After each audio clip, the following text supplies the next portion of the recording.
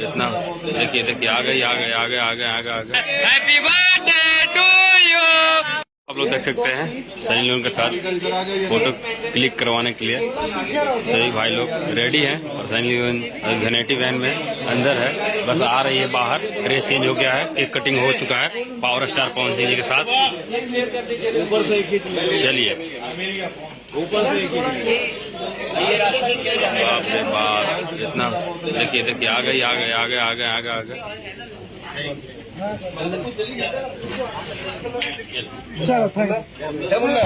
रास्ता तो जाने का रास्ता। चलिए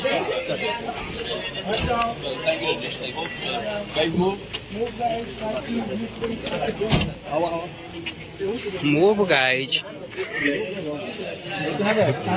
जल्दी बस बाय बाय। हैप्पी बर्थडे भैया, हैप्पी बर्थडे टू यू भैया। चलिए दोस्तों, आप लोग देख सकते हैं पावर स्टार पवन सिंह जी आ रहे हैं और केक कटा जाएगा अभी तुरंत। 12 बज चुका है और बॉस का देखते हैं आप लोग केक। जन्मदिन है जो जन्मदिन power star Pawan Singh, happy birthday to you, happy birthday to you. आप सब देख सकते हैं, लव यू भैया, लव यू। देख सकते हैं सनी लियोन जी अभी जस्ट पवन सिंह जी को केक को खिलाएंगे और देखिए वाह क्या बात है।